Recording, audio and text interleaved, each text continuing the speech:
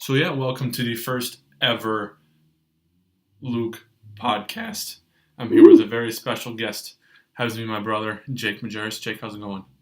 Going good, going good. Hello, hello. So for all the listeners that don't know, um, Jake is my younger brother, 2 years younger than me. Jake, tell me about yourself. What you do for a living, where you live, why you live there. Are you married? Have any kids? Well, I live in Owatonna, Minnesota. I've lived there my whole life. I'll be a Owatonna lifer, as they say. I am married recently, 2 summers ago, July 23rd, and we have a house here in Owatonna. We have a little puppy, Kirby. We adopted him 2 summers ago as well. But yeah, for a living, I work at Alexander Lumber. I'm in sales. I sell pretty much anything that you need for remodeling your home or building new homes. I do a lot of decks, a lot of flooring, some bigger projects I'm working into. I'm kind of still learning on the learning curve right now, but yeah, things are going well. I guess it's yeah. I guess that's really the gist of Jake right there. Cool. Now, when you think of me being the older brother, and let's because we're not talking about sports. What do you think of when you think of when our childhood and just kind of sports in general and how we played or interacted? Yeah, I remember because obviously growing up we had a lot of, I'd say, our neighborhood friends were more of your age, so I just always remember, just I don't know if I was just kind of tagging along. I always felt like I was included, but I was obviously always the younger one, and I don't know, it always seemed to be working out for me in my favor because I was playing boys that were 2 years older than me, and it helped me excel my skills at a young age, I guess you could say. So that was always fun, which I know obviously, yeah, you were a big part of that and letting me follow along and always on your heels as a little brother, just nipping around. But yeah, that's my whole childhood memories is sandlot and backyard football. I mean, we were always doing something with the football, or if we weren't doing something with the football or baseball or whatever, we were inside playing video games with sports. So sports was a huge part of our childhood growing up, and I wanted it any other way. I loved it. Yeah, no, to say, mom and dad had a big influence on that too, being collegiate athletes, and dad always being quarterback. Yeah. What if you had to pick out of all like the backyard sports we played? What was your favorite? It had to be sandlot. Just because we go to the sandlot field today, there's still marks of our baseball field of where we wore in the dirt. That's incredible. That was 15 years ago, however long it was ago, and we just dug our feet in the dirt in the middle of a grass field, and it's still there today. So that's pretty cool. And that was what we just had so many fun memories because obviously that was the summertime, so we didn't have school. We were just playing. We'd have Kool-Aid breaks and all that fun stuff. And so yeah, I think there was some great backyard football games, but I think Sandlot kind of sets itself apart. Yeah, definitely. And because we kind of had like the stadium, like we, for those that don't know, we would there was a tennis court right across the street, and it had an extra like a volleying wall you hit to yourself kind of thing, and that had a chain link fence going along the road, and we made that end up being like our home run. Yeah, I think that made it a little bit more special because we had an actual field where, I mean, yeah, our backyard was a great football field, but it was just, a backyard where, and then I also loved how when it got towards the end, like so many people come, like I remember Sheridan and the Wagons, they across town rode their bikes just to come play Sandlot, which was crazy when we took for granted how we could just take one step across our right. Yeah. Right up front yard. Yeah, no, that one always felt. So, your favorite sport to watch right now is got to be the Timberwolves, right? It's the Pups. Yep. Oh yeah. If you had to put an order of your favorite, let's just say sports to watch. Sure. NBA is my favorite. Just probably it's on TV. I'm usually watching it. Obviously, football we watch every weekend. Yeah, Vikings we watch every game. We actually got to go to the Vikings games last weekend. But Bastard. and then I watch the Twins every once in a while. I mean, baseball is just a slow game to watch, which I mean, I played baseball all the way through high school, and it was my favorite sport playing. But it's just kind of slow to watch. So we'll watch it every once in a while, like the playoff game we watched, and um, some of the playoff series, like the World Series starts tonight, and we'll probably watch a little bit of it, but not gonna watch the whole series every play kind of a thing like I do with the Wolves and the Yep. Yep. Vikings. But so yeah, I would say NBA, NFL, and then and then MLB, and then every once in a while we'll watch the Wild. I don't really get into the NHL as a whole a lot, but every once in a while we'll turn the Wild on, and they're fun to watch too. Yeah. So I didn't get to see the hit, but I'm assuming you heard about Andrew Sandejo, how he's out for the game. Yeah, he's suspended. Yeah. Was it an actual like bad hit? Well, it was kind of weird because we were at the game, and Yeah. obviously since Mike Wallace was the one that got hit and he got knocked out, like he blacked out. They obviously didn't show it up on the replay board because serious injuries happen. It's just kind of rubbed it in kind of a thing. So we only got to see it live. I mean from where we were sitting in the 20th row at the 10-yard line of the side where it happened. I mean, it just looked like it hit. Obviously, his helmet came off, so everybody's just like, "Oh God, like it's a really bad hit."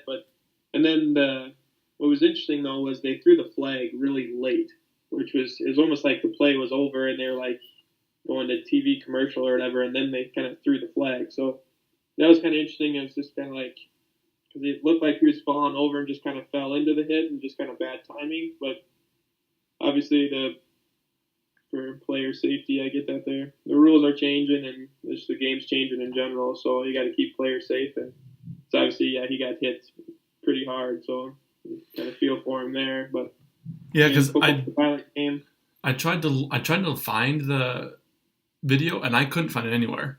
And I mean, I'm sure I could try to find it again, but there wasn't a clear shot of it. Yeah. But I saw. But then I realized, or I was reading up on it, and I forget about this. When we played Tampa Bay, he made a hit against Cameron Bright, the tight end, and I don't know if he knocked him out or whatever. It wasn't it was a pretty bad hit, and he got fined for it. And apparently, there's a rule or something that if you, if you get two a personal fouls, that causes an automatic game suspension. So even if the hit itself didn't cause for a game suspension, that was the second one. They were going to do it anyway. But, yeah. But yeah, that's what he's kind of known for. He's a big, strong guy. He's not going to outrun anybody or do anything, but he lays the wood. He hits hard, which is kind of fits for our defense. So we'll obviously have a hole next week when he's gone, but luckily we play the Browns. So luckily we play the Browns. That is good. I don't know. Yeah. Whenever I watch him, I just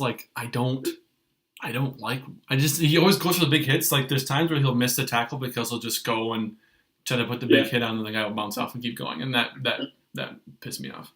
No, yeah, I agree. I was never really a huge fan, and over the past couple of years we've been trying to build a second safety spot next to Harrison Smith, and it's always been Sendejo. We've brought guys in, and he's always won the spot. But I've never been a huge fan.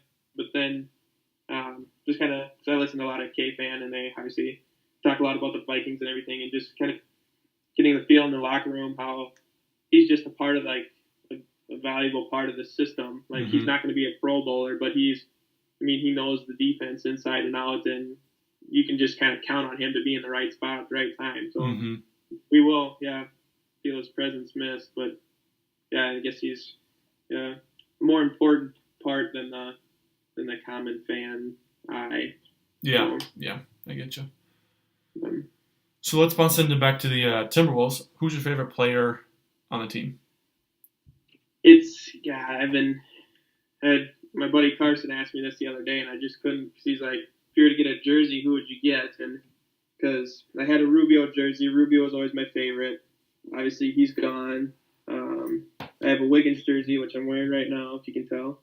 But Can't tell. but yeah, so I've always I just said it's Karl Anthony Towns and Wiggins is 1A and 1B. Like I can't really decide between the two, because they've obviously with the new team and everything, they've been with us from the start, and it's just been fun to watch them grow over the past couple seasons, and they make the game fun to watch.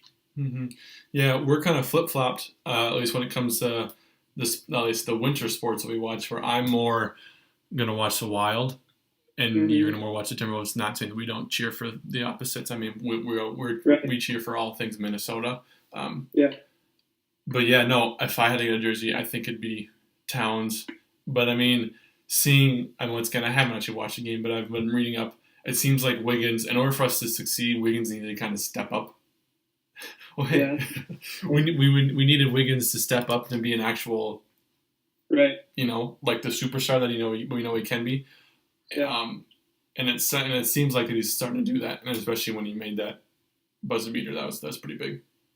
Yeah, no, I agree. Yeah, because we kind of got these new guys in just to be kind of a tough and gritty team, but I still feel like Wiggins is going to be. He's just a natural scorer. He can get his mid-range or those Kobe shots where he's backing his smaller guy down and turn over and fade over him, and he's just a natural scorer. He'll get to the rim, and he can fill it up, but he does kind of fades in and out on defense. I would say he's not a complete player yet, but to make that next step, he can definitely fill it up on offense though. Yeah. Where do you think we're going to end up end of the year? Playoff seed wise, are we going to make the playoffs? It's a tough conference. I mean, obviously the Warriors and the Spurs have already beat us, so then they're kind of the top two favorites. Houston's up there. We just beat OKC, and we have to play them. They're in our division. We have to play them, I think, 4 or 5 times this year. And so those games will be interesting to watch. I think that'll kind of hinder on the playoff spot too if we can put up good numbers against them. But I mean, the hopeful Wolves fan in me wants to say 3 or 4. But obviously, there's a lot of good teams, and more realistically, I think for sure we'll be in the playoffs. I just don't know if we'll get that home court advantage. So I'm gonna say I'll say 4 just to kind of the classic Minnesota fan thinking, "Oh, we can do good this year." Right. And then we'll. Yeah, I've been hurt before, so but we'll go with the hopeful 4. Yeah, because I was trying to talk. I talked to some guys at work. I think if we would be seated up on the opposite side of Golden State, I think we could. I mean, not saying it easily. We could make it to the conference finals. Right, I think I agree, it would take a bit of a miracle, maybe, I don't know, in order to beat the Warriors to get to the. Right. Yeah. No. Finals. Yeah, I agree totally. But because too, it was interesting. So we watched the Oklahoma City game too, and because just seeing the matchups, how they do that kind of thing. It'll be interesting to see how we match up against the Warriors too. But they had Jimmy Butler guarding Westbrook the whole game. Gibson was on, and Carmelo and Wiggins. But yes, there is the Wiggins on George matchup there. But George had a really quiet night. Russell scored 31 points, but he didn't dominate like he normally dominates. And Melo obviously had that big last shot and had a good game overall. But that was interesting. So to see that George was kind of quiet with Wiggins on him, and Wiggins not as the elite defender as Gibson or Butler. So when we come to face the Warriors, it's going to be interesting to see kind of who guards who and who matches up with who. So if Wiggins will be on Durant or if he'll follow Clay.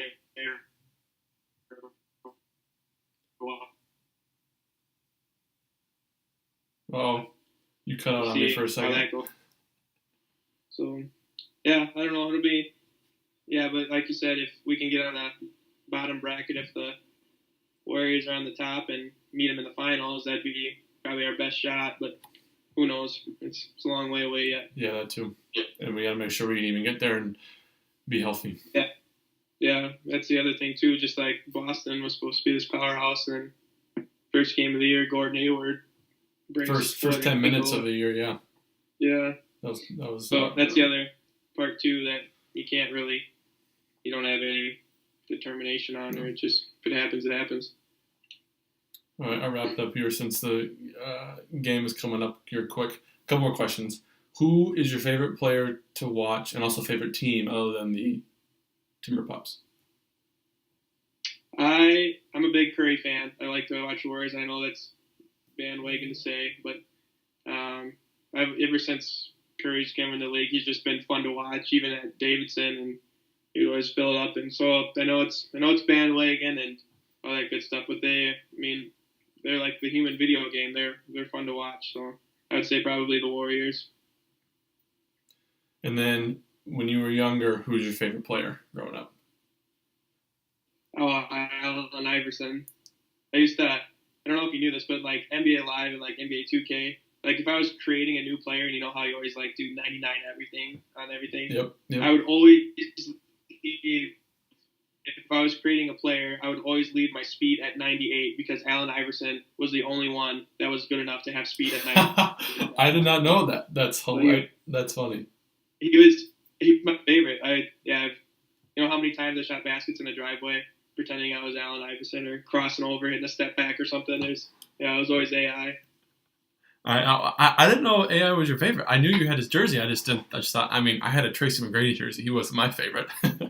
I just thought you liked him a little bit, but.